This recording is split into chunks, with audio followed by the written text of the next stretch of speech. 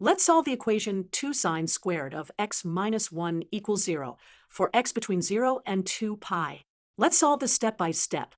First, let's isolate sine squared of x by adding 1 to both sides. This gives us 2 sine squared of x equals 1. Next, let's divide both sides by 2 to isolate sine squared of x. This gives us sine squared of x equals 1/2. Now, to solve for x, we need to take the square root of both sides. Remember, when we take the square root, we get plus or minus sign of x equals plus or minus the square root of 1/2. Let's visualize this on the unit circle and graph. Here's our unit circle, and here's the graph of sine of x. On our graph, we're looking for where sine of x equals plus or minus square root of 2/2. These horizontal lines show those y values.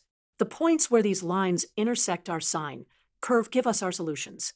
Therefore, our solutions are x equals pi over 4, 3 pi over 4, 5 pi over 4, and 7 pi over 4.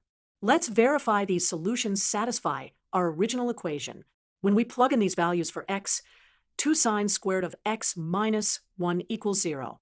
And these are all our solutions in the interval from 0 to 2 pi. Thank you for watching.